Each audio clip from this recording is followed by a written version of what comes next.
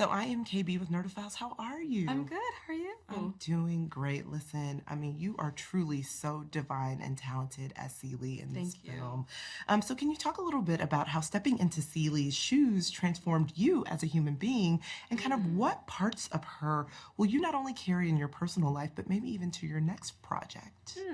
Well, when I used to think about Celie, I think I was also guilty of thinking of the trauma of her. I just kind of saw a character that was abused and beaten and almost portrayed as like illiterate, and I did not want to relate to that character at all. And in getting the part, I said, okay, Felicia, we have to find a way to relate to her. So I really wanted to focus on the joy that she has in her heart, you know, the way that she smiles. She really does light up a room when she smiles, and she's funny and she's goofy and she lives inside her head. So I really tried to tap into that in the portrayal of her. And I think from Celie, what I'm really gonna take is that it's the small things we do every single day for people that matter.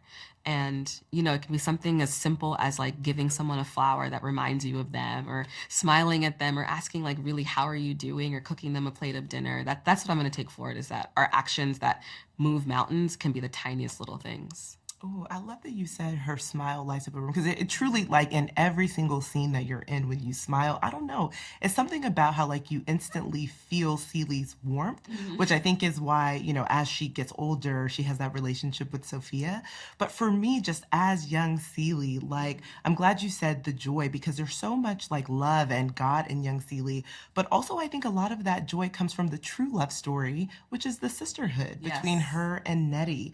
And so, you know, can you talk a little bit about the importance of Celie and Nettie's relationship when it comes to respect of them surviving? Because really, like, it's their relationship that helps ground them in their survival of the trauma and this life that they're living.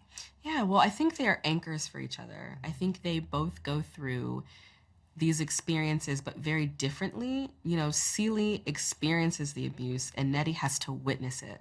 So I can't imagine the helplessness maybe Nettie might feel, but then Celie, being an older sister, probably doesn't want her sister to feel helpless. And it's just so, I think there's like beauty in that a little bit. I don't know if beauty is the word, but there's beauty in that they're both still trying to protect each other from the other person's experience. And you know, I think when it comes to sisterhood, like, I am both an older and a younger sister, and I look to, yeah, you are. So you get it. So I look to my sisters to inspire me, to love me, to support me. And then when they give me that, I'm always like, how can I give that back to them?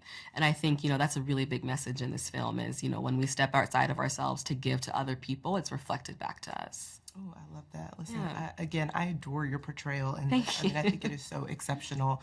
And so, just thank you for taking the time to chat with Nerdophiles. Really appreciate it. Thank you so much. I appreciate you.